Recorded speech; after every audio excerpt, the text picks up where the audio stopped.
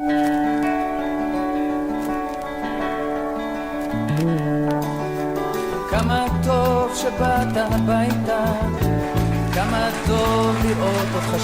ont relevé le défi de l'Alia. Studio Kalita vous raconte leur histoire. Alia Story, c'est vous, c'est nous.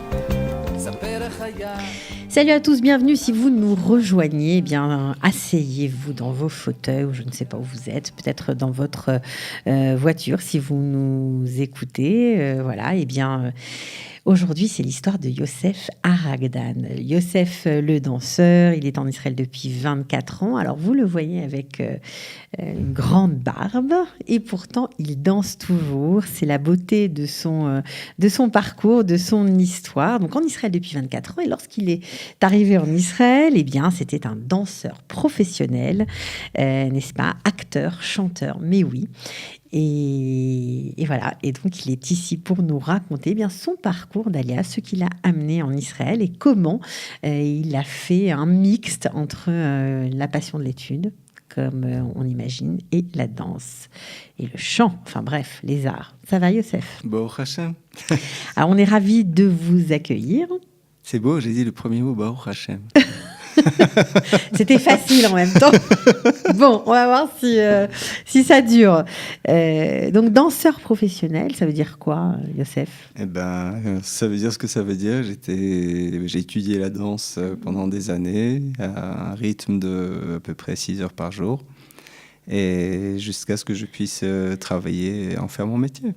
Travailler, en faire votre métier. Ouais. Ce que vous avez fait pendant des années. Ouais, j'ai fait ça pendant des années et je me suis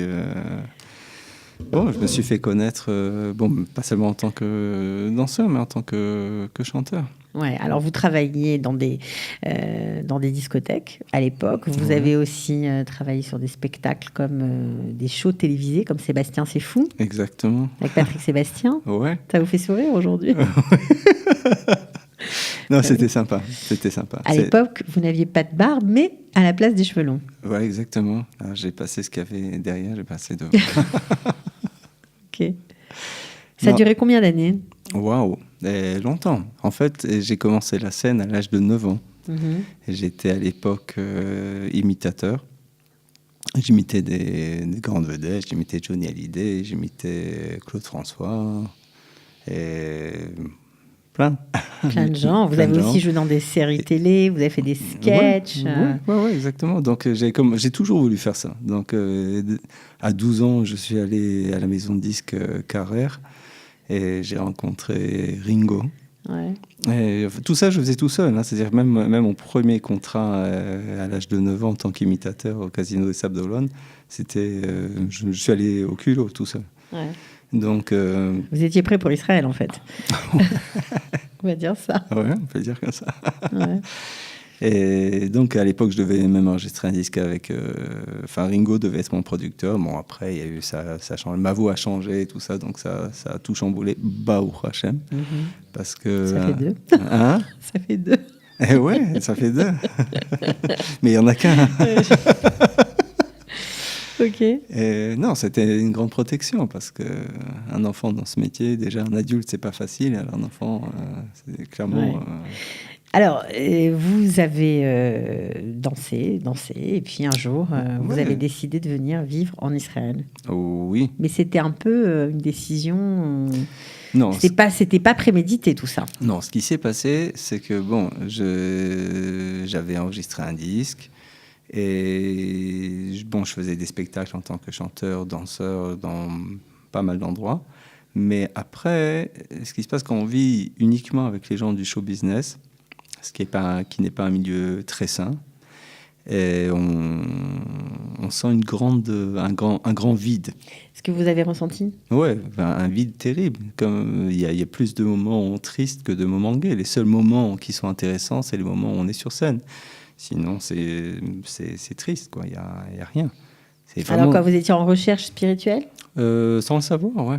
Sans le savoir. Nous, à la maison, on était Massorati, c'est-à-dire on faisait le kiddush, on faisait Kippour, on faisait Pessah, mais pas plus que ça. Donc, Vous étiez très loin de toute pratique religieuse, de Ouais, toute connaissance. Ouais, on connaissait rien. On faisait le kidouche souvent même avec la télévision allumée, choses comme ça, quoi. Voilà. Donc, vraiment, on savait rien.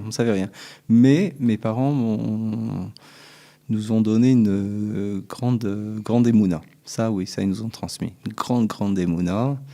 Et je me souviens, il y avait même des moments terribles. C'est que on n'avait qu'une mezouza à la maison, qui était cachée, qui était à l'intérieur de la maison. Et mes parents ne voulaient pas que les voisins sachent qu'on est juifs, tout ça. Donc, c'était à la maison. En fait, bon, on a vérifié longtemps après, quand on a commencé à devenir religieux, on a vérifié la maison, il n'y avait rien du tout dedans, il y avait un papier. Mais moi, je me souviens que dès l'âge de peut-être 13 ans, je me levais la nuit, j'attendais que tout le monde dorme et j'allais prier à la mezouza et je pleurais et je criais. C'est vrai ? Je criais en silence pour réveiller personne, mais je me souviens, il y avait des moments tellement je sentais un désespoir en moi de ce vide que j'en arrivais à tomber par terre, tellement. Mais bon, donc c'est le jour où j'ai découvert qu'il y avait des cours de Torah, alors là, j'ai foncé.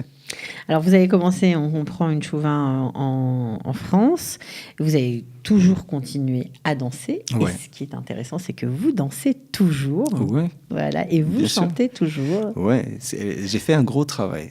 Ça, c'était un très, très gros travail parce que, bon, moi, j'étais spécialiste dans le modern jazz. Dans le modern jazz, il y a beaucoup de mouvements de bassin.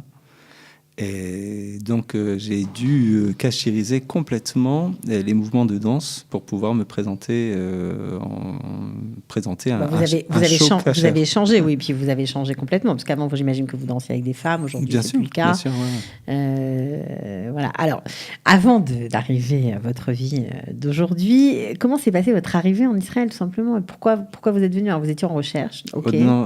Bon, ce qui s'est passé, c'est que je continuais mon métier en France, de chanteur et de danseur, bien que j'étais chômeur Shabbat. Okay. Mais ça devenait de plus en plus difficile. Donc, il y avait un moment, il y a eu une certaine période, bien que j'étais chômeur Shabbat, où je devais carrément choisir, arrêter de faire ce métier ou continuer de le faire. Et il y a eu des fois où je devais aller quand même faire des télévisions le Shabbat. Alors, je partais. On peut dire que vous êtes un excellent danseur. Merci beaucoup. Je vous en prie. Et une voix magnifique qu'on va écouter tout à l'heure. Ouais. Donc voilà, donc après je me suis arrêté complètement et donc automatiquement il y avait beaucoup moins de travail. Contrats. Et j'essayais vraiment par tous les moyens de joindre les deux. C'est-à-dire même quand je partais travailler le Shabbat, quand je revenais, je continuais Shabbat. C'est pas j'avais fait Shabbat, j'avais raté Shabbat, alors je continuais Shabbat comme si de rien n'était. Ouais. Et donc après je suis venu quelques jours en Israël et ce qui se passait c'est que plein de fois quand je venais en tant que touriste, on me proposait du travail en Israël. On me proposait dans des comédies musicales ou dans des théâtres. Et je me disais, non. Des shows, j'imagine. Des shows, ouais. À Tel Aviv. De grande valeur. Ouais. Et à chaque fois, je dis, non, je veux encore continuer, je veux encore tenter le gros coup en France. Et j'espérais, et je croyais vraiment que j'allais arriver à le faire.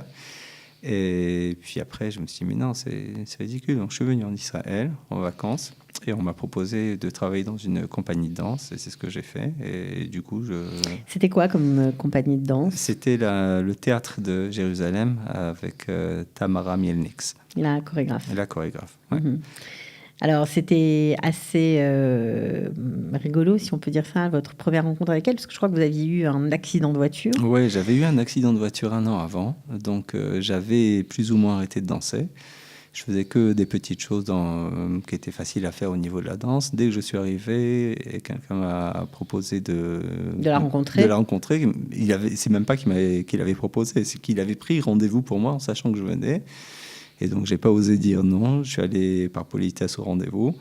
J'ai passé l'audition, ça a réussi. Et bon, je lui ai expliqué comme quoi j'avais eu un accident et que je pouvais plus danser. Sur ce, elle m'a dit, ne t'inquiète pas, moi j'ai étudié la méthode Alexander, qui est une méthode qui rétablit le dos.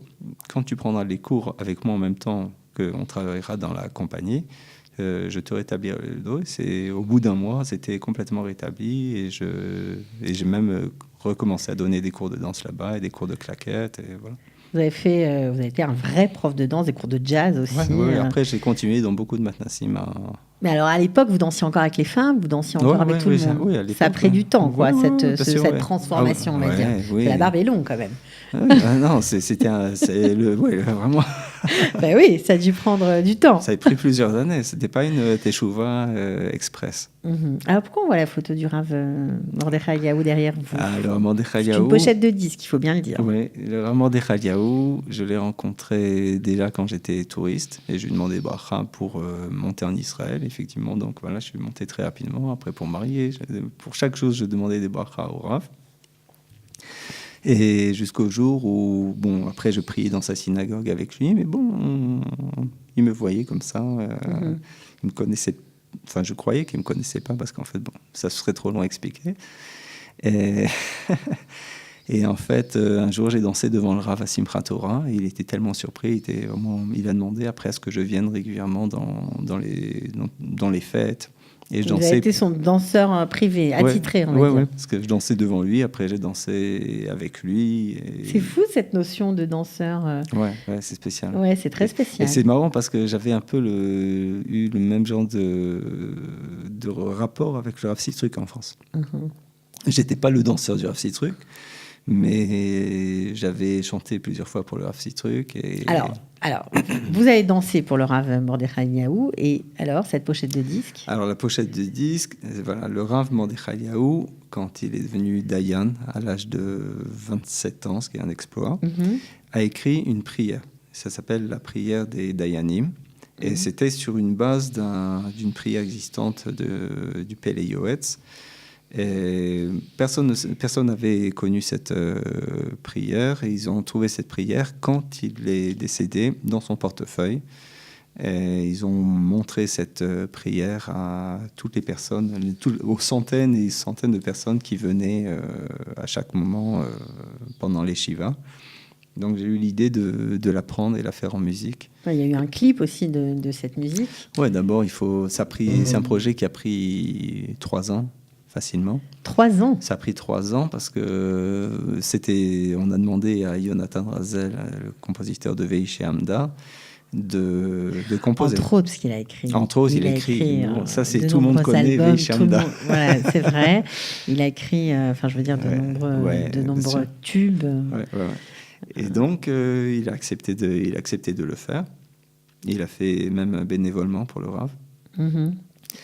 Mais bon, ça a pris beaucoup de temps, quoi. 3 ans, c'est parce qu'il n'était jamais content du résultat, jusqu'au jour où, en composant, il a levé la tête, il a vu devant lui le Rav. Alors que le Rav était décédé, donc il a eu la vision du Rav devant lui, donc il a compris que c'était le moment, que c'était la bonne version. Bon, alors on va j'imagine que c'est une histoire, collaboration, tout ça qui vous a énormément marqué. Ouais, c'est très fort. Et on va entendre votre voix magnifique, franchement, qui donne les frissons. Donc, très, très, très jolie version de cette prière, écrite en tout cas par le Rav Mordechai Eliyahu. J'espère qu'on va pouvoir écouter la musique et peut-être même voir les images du clip. Comme ça, on va se rendre compte d'un peu qui est Yosef Haragdan.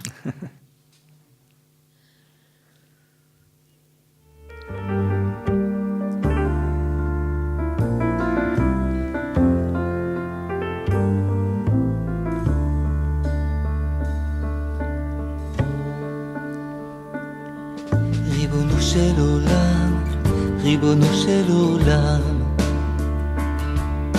גלו לפניך שלא על דעתי עמדתי לשרת, על קדושך לדון ולהורות. ידעתי מיעוט ערכי שברכי, לא ביקשתי נפלאות ממני, אך כך הורו לי רבותיי. אחרי הדחסת נראה ורע יבוא לי, על הסכנה נורא עומדת עליי. אנא אפנה לעזרה ואנא אברח, אבל בטחתי ברוב חסדך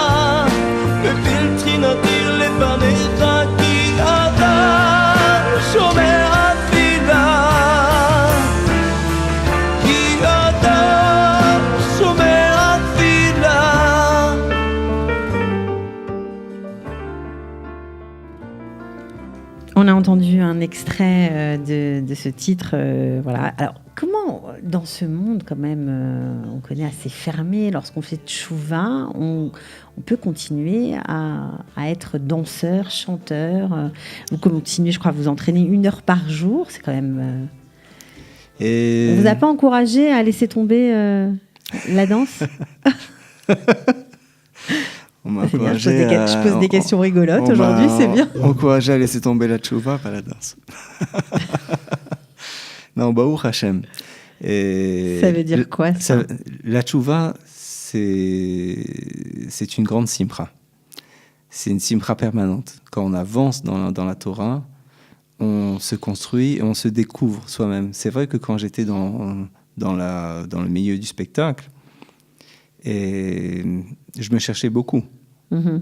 C'est-à-dire, je ne suis pas arrivé avec un bagage, une personnalité forte et quelque chose. Non, je cherchais qui j'étais. Et je ne trouvais pas. Vraiment, je ne trouvais pas. Et c'est vraiment à partir du moment où je suis vraiment rentré dans l'étude de la Torah et que je me suis rapproché du monde religieux, que j'ai compris qui j'étais, que j'ai compris où j'allais. Alors, justement, mais comment c'est accepté dans ce monde? On vous a encouragé à laisser tomber la tchouva, ça veut dire que vous étiez vraiment très bon dans votre discipline. Comment vous avez fait le choix de garder les deux? C'est rare. C'était très dur, c'était pas quelque chose de facile. J'avais autant d'attaches l'un pour l'autre.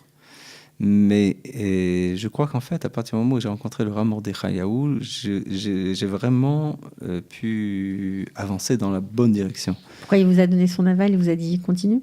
Pas seulement. C'est-à-dire que j'ai compris où étaient les vraies valeurs. En étudiant, parce que j'assistais au cours du Rav Mordechai Yaou. Donc, tout d'un coup, j'entendais un langage que j'avais toujours voulu entendre. C'est-à-dire une espèce de droiture qui n'est pas quelque chose qui allait ni à droite ni à gauche. Vraiment, la droiture, la vérité. Vraiment, c'était un langage qui me touchait particulièrement parce que c'était des choses que moi, je ressentais, mais que je trouvais nulle part. Donc, à partir du moment où j'entendais la vérité, j'étais capable d'avancer. Donc, quand on avance, du coup, tout prend son sens. Et... même au niveau de votre activité professionnelle. Sur le plan artistique, tout d'un coup, je comprenais ce que je faisais, je comprenais pourquoi j'étais chanteur, pourquoi j'étais danseur. Et en fait, quand on fait ce métier, c'est pour amener de la joie aux gens. Mm-hmm. C'est pas pour se regarder dans une glace, comme ils font les... Je suis d'accord avec vous. Quand on est danseur, généralement, on passe son temps devant la glace. Mais c'est vraiment pour amener de la joie aux gens. Et je me souviens qu'à l'époque, j'étais allé voir spécialement le Rav Mordechai Yaou pour une chose. Il y avait un chanteur israélien, je ne dirais pas son nom, qui a mené une grande tristesse au Ham Israël, à tel point qu'il y avait eu des suicides de son message. Et ça m'avait tellement révolté, je suis allé voir le Rav Mordechai Yaou, je lui expliquais, et je lui ai dit, moi je voudrais une bracha pour réjouir les gens et pour contrer ce chanteur. Et il m'a fait la bracha. Et c'était vraiment... Et vraiment, j'ai pu avancer et donner vraiment une vraie simra aux gens. Je vois dans les spectacles, c'est étonnant. On me voit comme ça avec une barbe. Mais c'est ça qui est intéressant. On me voit comme ça, religieux. Donc... on n'imagine pas votre niveau de technicité, tant au niveau de la danse, au niveau de la voix. Pas seulement. C'est-à-dire, réjouir les gens, c'est pas réjouir les religieux. Oui. C'est réjouir tout le monde. J'ai fait des spectacles qui étaient complètement, pas du tout religieux. Et les gens, comme on vu arriver avec la main, ils ont eu peur. Ils ont eu peur parce on s'en va. Ils ont eu très peur. Et à la fin, les gens étaient conquis. Vraiment, vraiment. Donc, alors, vous avez aujourd'hui monté un espèce de groupe où vous dansez, ça s'appelle Bessimra. Ça s'appelle, je l'ai monté, c'est pas d'aujourd'hui, je l'ai monté il y a longtemps, il y a déjà plusieurs années. Ça s'appelait à l'époque Bnei Simcha.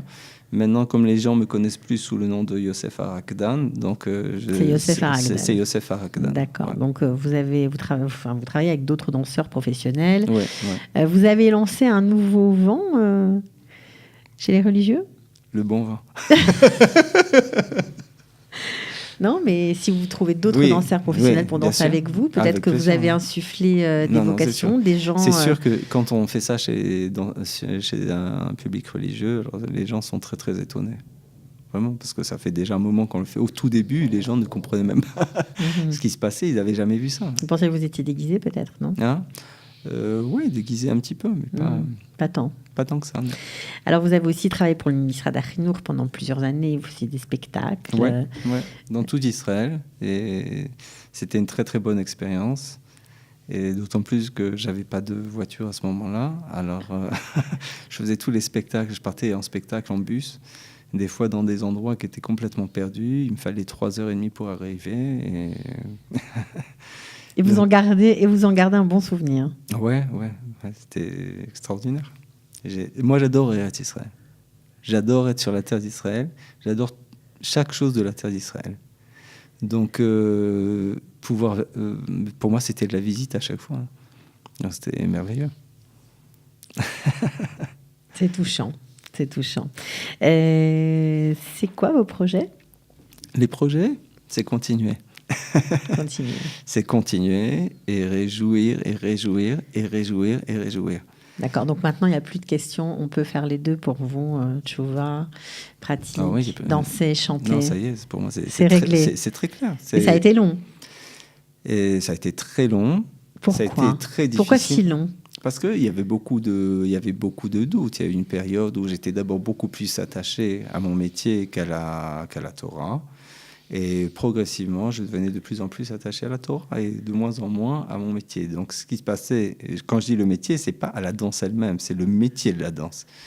Donc, forcément, je me suis vraiment... ça a pris du temps avant que je trouve un équilibre. Un équilibre. Bon. En tout cas, Youssef Haragdan, on était ravis de faire votre connaissance, de Merci vous beaucoup. donner la parole, d'écouter ce parcours d'Alia tout à fait original. Voilà, j'engage ceux qui sont curieux de voir ce que vous faites.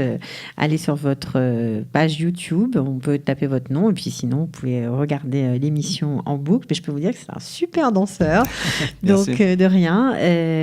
À bientôt. Merci d'être beaucoup. venu. Merci de m'avoir invité. Et continuez bien dans vos aventures spirituelles et professionnelles. Amen.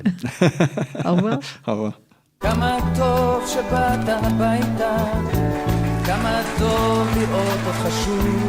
Ils ont relevé le défi de l'Alia. Studio Kalita vous raconte leur histoire. Alia Story, c'est vous, c'est nous.